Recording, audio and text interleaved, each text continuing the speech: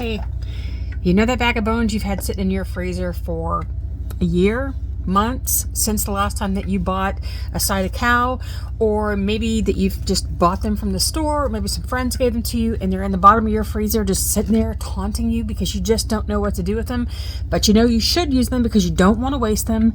It's time to pull them out and let's make some no waste beef broth or stock and get your pantry or your freezer full of ready to eat bone broth. And it's so easy to do. Let's get started. All right, so what we have is probably about 6 pounds of bones that I picked up from a grocer this weekend. Some of them are still full of marrow, which will bring tons and tons of nutrients and flavor and things into your dish. Then some have meat and fat. Some are just simply the bone that we're looking at for flavor and for pulling some nutrients out of the minerals, out of the bone themselves. So we're just gonna pour this onto my cookie sheet here. So I'm gonna set my oven to about 400 to get ready to bake for about 30 minutes. So I don't have a roasting pan, but I'm using just a regular cookie sheet that gets a lot of use. So here we go. 30 minutes.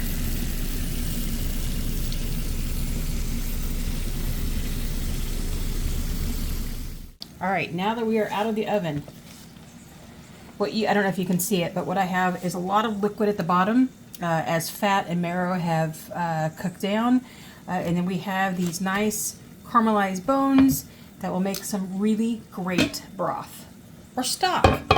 Which do you call it? All right, I'm going to put these in the bottom of my slow cooker. And I don't know if you are a fan of it. I have not actually ever tried it. But right there is bone marrow that a lot of people like to put on toast or eat in other fashions. It's supposed to taste really great.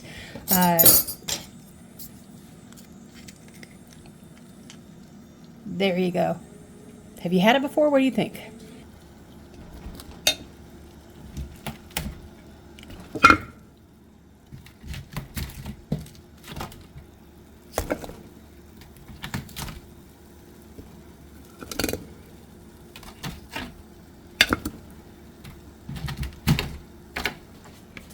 Now what I do want to come back here and do is get out all of this good stuff that's here that you still want to use that's gotten stuck to the pan. I'll pour it into the broth and let it work, and then I'll deglaze the pan and do it again. What I'm doing here is pouring some water into my tray after it's been emptied. And I am working at getting all of the bits off the bottom.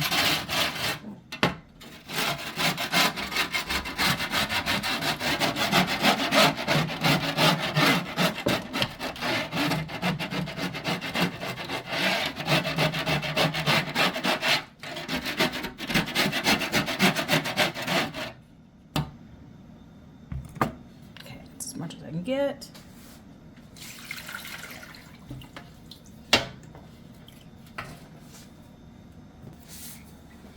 Okay, to my bones, I'm going to start adding some aromatics and some flavorants, which is onions. I just throw them all in. I don't worry about the skin. I let the skin be. Some carrots, some celery, some chopped up garlic that I just open the cloves and smashed. I didn't bother trying to peel them all completely because that's okay. Then I have those. Then I'm going to add a bay leaf, maybe 2.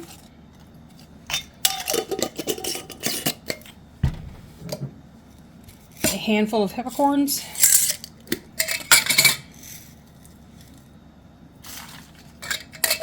You can add whatever else you want this as far as an aromatic goes. And then we're going to start adding some water.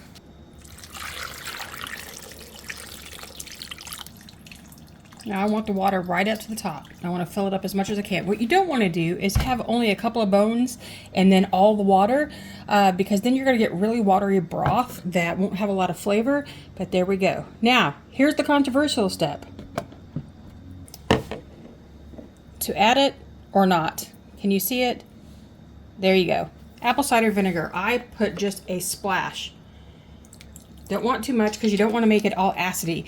But what this can do is help draw out the minerals from the bones so that you're getting more of that nutrient-dense broth that we're all striving for when we're making our own broths, right? Okay, so Is this a chicken stock or a chicken broth? It's neither, is it? That would be the correct answer if you answered that. Stocks or broths are always words that are used interchangeably with folks. Stocks require a lot of collagen, are more dense, and can give that gelatinous edge at the end that you have, which you want. You want it to be like that. And a broth is something that's more of the flavor without all of that. So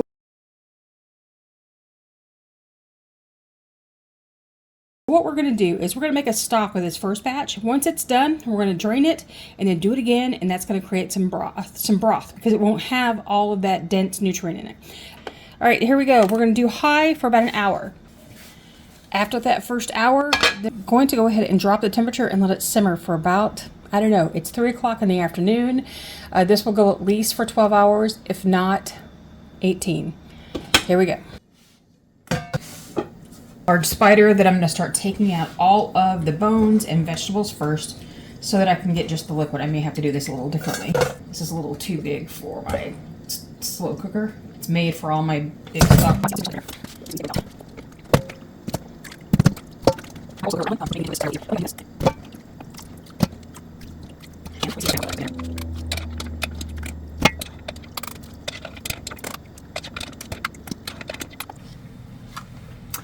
Editor Darcy here to talk about the fact that I am missing a whole section here where we stopped working on this broth and put it into jars to put in the refrigerator, and I started a second batch of just the bones with just enough water to cover the bones in the slow cooker again for a second time, because what I wanted to do was take out a second version of it where I could still pull some of the leftover nutrients and minerals that are in the bones and flavor this broth. It wouldn't be the same as the first batch because it doesn't contain all of the fats, it didn't contain all of the nutrients nor the vegetables, but it's just a different way to go ahead and do a second batch that you can often do out of your bones. That's your choice, you can do it or not. So where we're going to come in is after the second batch has been done and I start looking at the process of what the broths look like and how to store them and things like that. So let's get back to it. Okay, so I'm going to show you a couple of updates on the beef broth that you can see that I've been working on. What's in the slow cooker right now is day 2 of the bones, where I have put them in just with water to make bone broth. This is our bone stock that we made yesterday with all the vegetables and all the things in it. And then this is commercially canned beef broth that is the inexpensive, on the low end of the spectrum. I do keep this in my pantry. I have this and I have better ones because in emergencies or if I've run out of something, I always have a backup to my stock. So just like with a garden, you want to have things in your freezer just in case your garden produce doesn't work or you want it canned. I do keep some of the commercial varieties available here. All right, so what I wanted to do is show you the difference in how they look. All right, you can see this dark brown color from the commercially canned. This is because they add colorant to it. Not only are they adding other additives like natural flavors, natural beef flavor, which is anything but natural. They add sugar to it, caramel color, which is what gives it the brown color, xanthan gum, beef extract, beef fat. They do have a little fat in here. And then yeast extract. These are the things that are added to this instead of just being bones, water, and vegetables and seasonings, okay? So that's what gives this the deeper dark color is the caramel color they add to it. So here is our beef stock. It is not gelatinized like it should be, and I have a theory about that, and I'll show you just a minute, but it does have more body to it than the commercial broth does. It is somewhat thicker as far as the liquid goes. And then here is the stock that's working right now. It's almost the same color as the broth. It is more liquidy because we've lost quite a bit of the collagen for the first round, but it still has more body to it than the commercially canned. Okay, so why I think I lost my gelatin here is because I think that my slow cooker, this is the second time I've used it, and I think it runs really hot compared to my last one, and so it stayed too hot for too long and broke the gelatin. Now that does not mean that this is not going to be good for using. It doesn't still have its nutrients. It still has a lot of all of those valuable things in it. The gelatin is just not solid anymore, which is what's good for your hair, your nails, your skin, your joints, and your gut. gut that still has a lot of those same properties here. You just don't have the gelatinized collagen that you would want, but that's okay. We're still going to use it. Now, if you would like to see a really great video on the gut healing properties of bone broth, I'm going to send you to Anna from Fermented Homestead, who just did a really great video on it. I'll leave a link down in the description box below. All right, let's talk a little bit about fat management, shall we? You have a couple of options. When you've done with your broth and you're ready to store it, however you're going to do it, no matter what you do, you need to remove the fat from the broth or the stock in order to can it, in order to freeze it. You can use this fat to cook with. I mean, this is pure beef fat that you can take out, save on its own, and you can cook with it like you would do bacon grease or, anything like that. But if you want to store this, you want to remove the fat cap because you don't need it in your storage. Now, if you want to have this and drink your broth with whatever fat is in there, you can certainly do that, okay? But I find that depending on the kind of beef bones that you're using, it can be really fatty. This was a pretty big fat cap for the amount of stock that I created. So your best bet is to put it in a bowl, put it in your refrigerator. The next morning, you can pick up that cap and remove it, and you've got mostly pure broth or stock in your bowl. You might still have some fat that is in there, but that's okay. A little bit of fat is good for you. It's good for your brain. It's good for a lot of things for your body. But I didn't have that, so I went ahead and stored it in these jars. So what I would need to do is, as I am going to start filtering this, I need to remove, I can filter just like it is by pouring it off. But what I really need to do is remove that cap, then I can filter freely without worrying about parts of the cap getting into things. So this is going to be a messy process. Watch what happens. I'm going to try to cut this in half, and I'm not going to be able to without making a huge mess. So what I'm going to do then is, before filtering this, I'm going to go ahead and pour off all this stock into another container so that I can take care of it, and then I'm going to let this sit out and let that fat cap melt. It's going to get room temperature. It's going to make it easier to move. So what I'm doing here is going to show you another alternative to separate your fats. There are a variety of ways that you can do this, but I have this fat separator. I'm going to put a towel down because I know I'm going to get messy. And here we go. So we're going to take a portion of our broth and we're going to pour it into our jar. And first, what I'm going to do is take the bones out of this.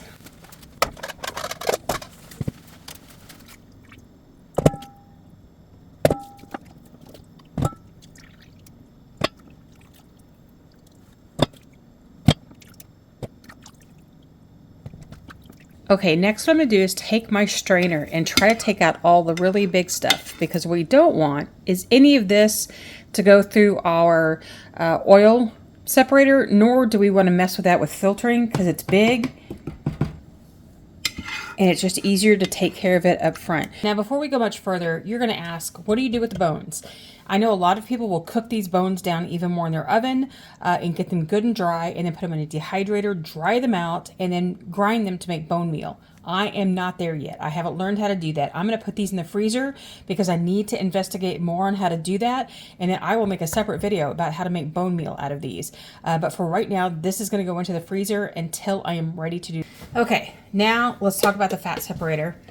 Here's what we have, and it's warm still, so it's doing that. Let me get this full. We're going to take our broth and just put it into our fat separator.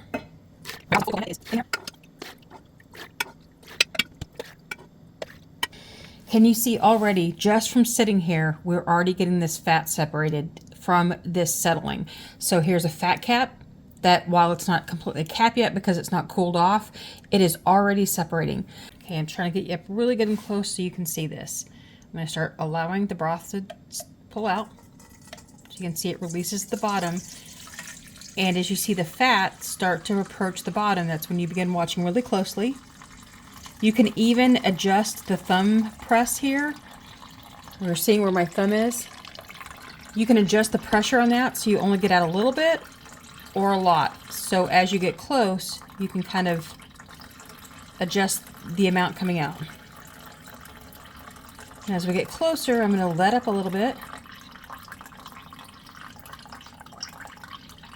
And there we go. All right, so I'm going to let this fat out in a different bowl.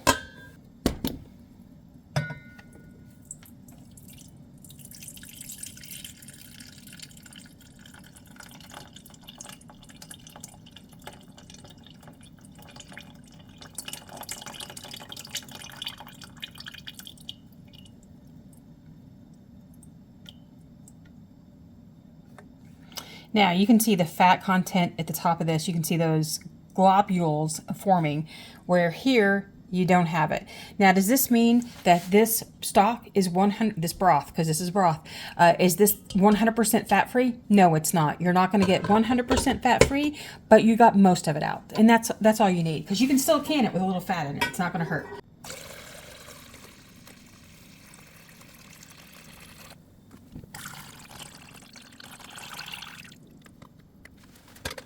Okay, what am I going to do with this? Now, this is small enough for me to put in my refrigerator. I can even put it in a smaller bowl, which is probably what I'm going to do. And I can let the fat separate out from the little bit of broth that's still in here. And then I can use that broth when I'm cooking dinner that night or something. And I'll have this fat available to keep in my freezer and just break it into chunks to use as I need to, which is what I'm going to do.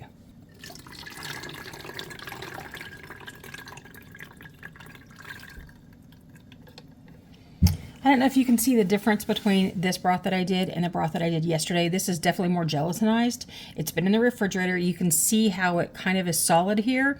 Most of the fat is released out of this stock already, because that's what happened when I had it in the refrigerator. It's separated out. Now you can see there's probably some little fat molecules in here, globs in here, that are going to stay, and that's fine. A little bit of fat in your canning is not going to be a problem. What you don't want is the full fat stuff that we pulled off here. Oh, I just put that in the fat. Dadgummit, Darcy. That's okay. It will separate when I put it in the fridge. So here we're going to do this. Okay, as I'm watching this, I'm seeing fat accumulated at the top, because that last bit probably had a little bit more fat in it than the stuff that I've done before, and because I just put cool broth in, stock in, it's creating the fat separation here. So my choice is I can run this through the fat separator again if I wanted to, but I'm not concerned with this little tiny amount of fat. What I don't want is this much fat or that much fat showing up in what I'm doing. Okay, so the next thing we're going to do is filter out this stock and the broth, because what happens is those little tiny particles of bone and meat and things that in vegetables that were in here, we don't necessarily want to keep that in our stock for long term. We want to clear it up so that we have just the liquid and the nutrients, but not the grit.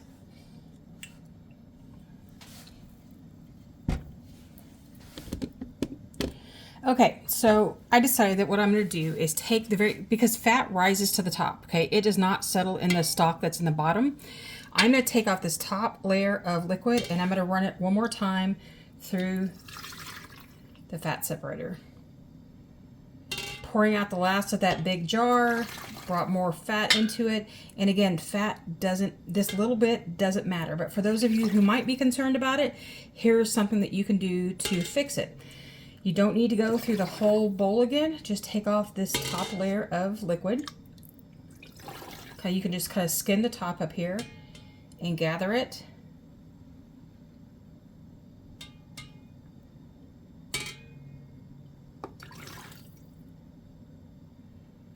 And I'm not going to be really persnickety. If I don't get it all, I'm fine with that. But I'm going to just work at this top bit, gather what I can, and let it separate out. I think that's about as much as I'm going to do. Okay, so let's talk a little bit more.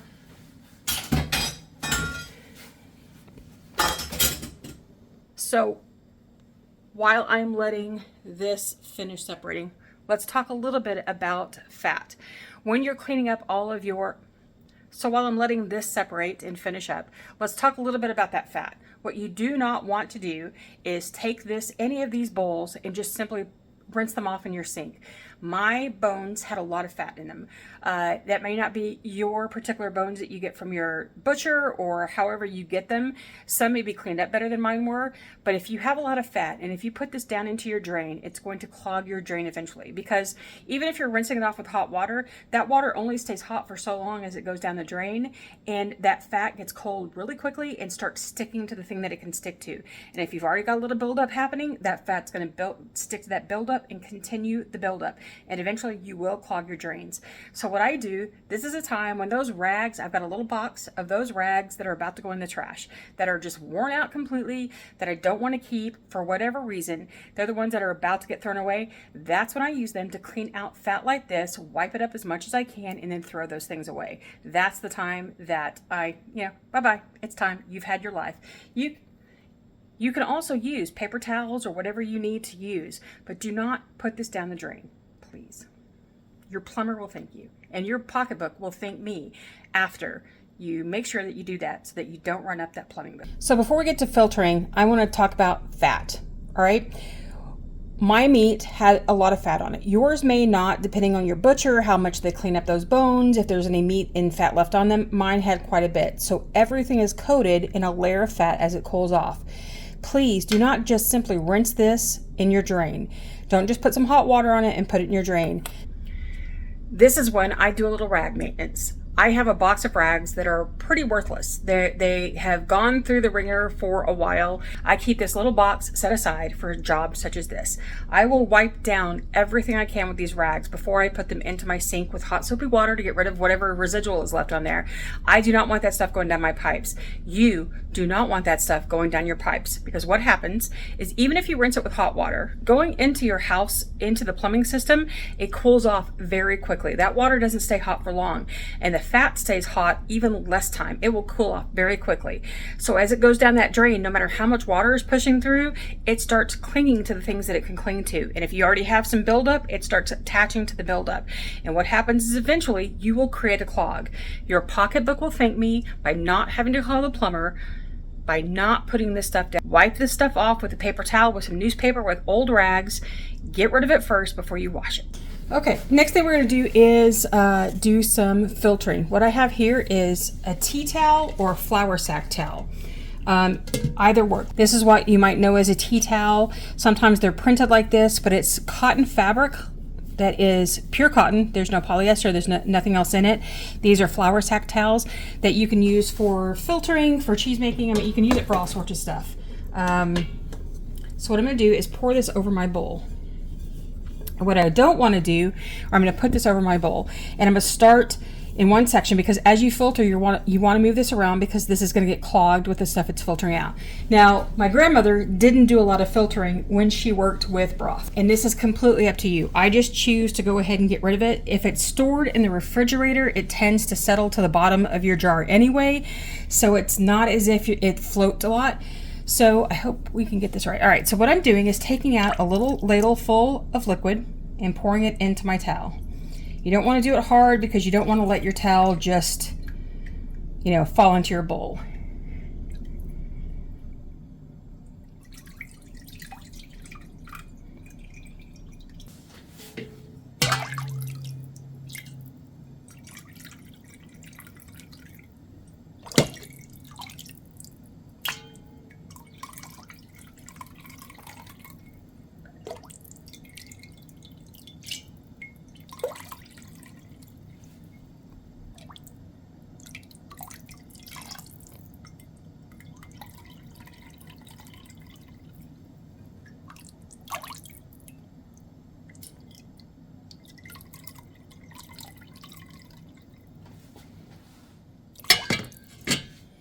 So as you can see here, this is catching little bits of meat, little bits of bone. It's catching some of those larger fat globules, the little fat pockets that we created when we poured that other broth in. So this is just filtering out the debris that might be in your broth. It doesn't matter, but it gives a cleaner broth.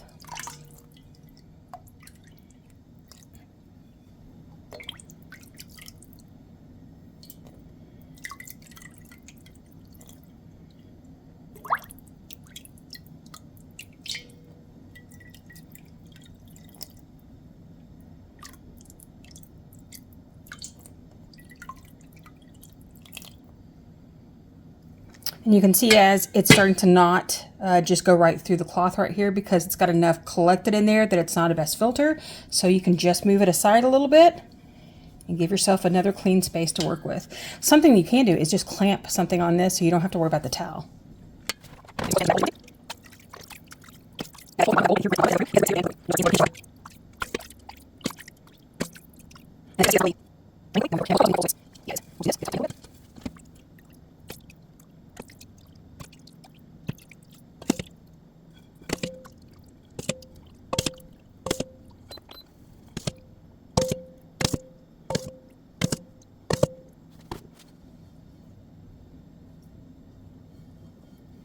Okay, what I'm going to do is the last of this is going in,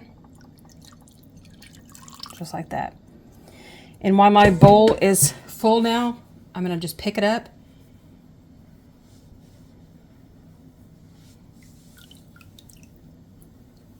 And I can just squeeze out the last little bit of it.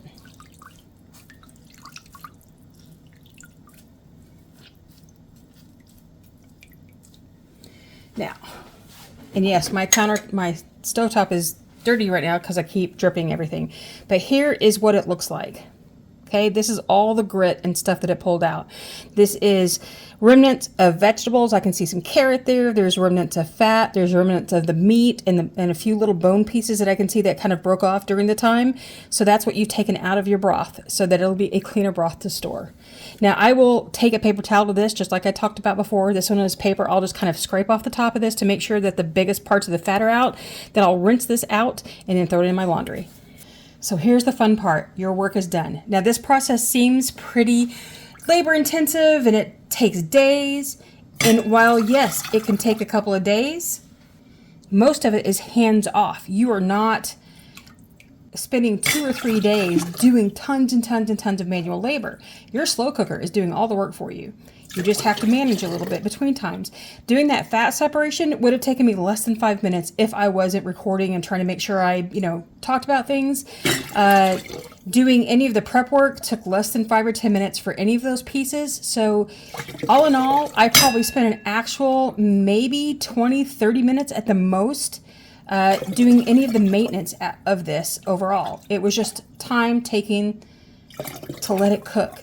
So what I'm doing is I'm putting these into quart jars. And if for the ones that are going to go in the refrigerator, I just get full. These will be ones that I use for the next few days to cook with and to drink because I like to do warm broth some days. It just makes me feel better. And sometimes that will be my breakfast or maybe a snack in the afternoon. Here is broth that's going to go into the refrigerator. Now, I do keep some of these in my freezer. I am not going to can this broth because it's going to get used pretty quickly. Any broth that I would can is stuff that I am on surplus of and need to put away for a while, and I would can that. But today I'm not doing that because these will be used up within a month, and I don't want to can something that I'm going to turn around and use again the next week. So if I'm going to put one in the freezer, which I'm going to do with a couple of these, I am not going to fill my jar all the way to the top because when you freeze things in a jar, you need to give some space for things to expand as they freeze. And this will expand. I'm going to change hands because I'm not as good with my left hand, making more of a mess.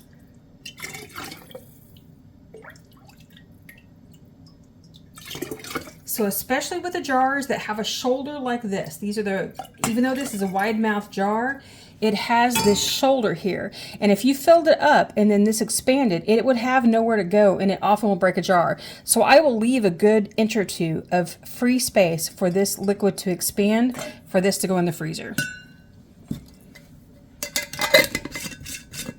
This is a gallon worth of broth out of probably about $8 worth of bones, some leftover vegetables, and water. So if you want to see how I make vegetable broth in the same way in my slow cooker, watch this video right here. And until I see you again next time, happy preserving.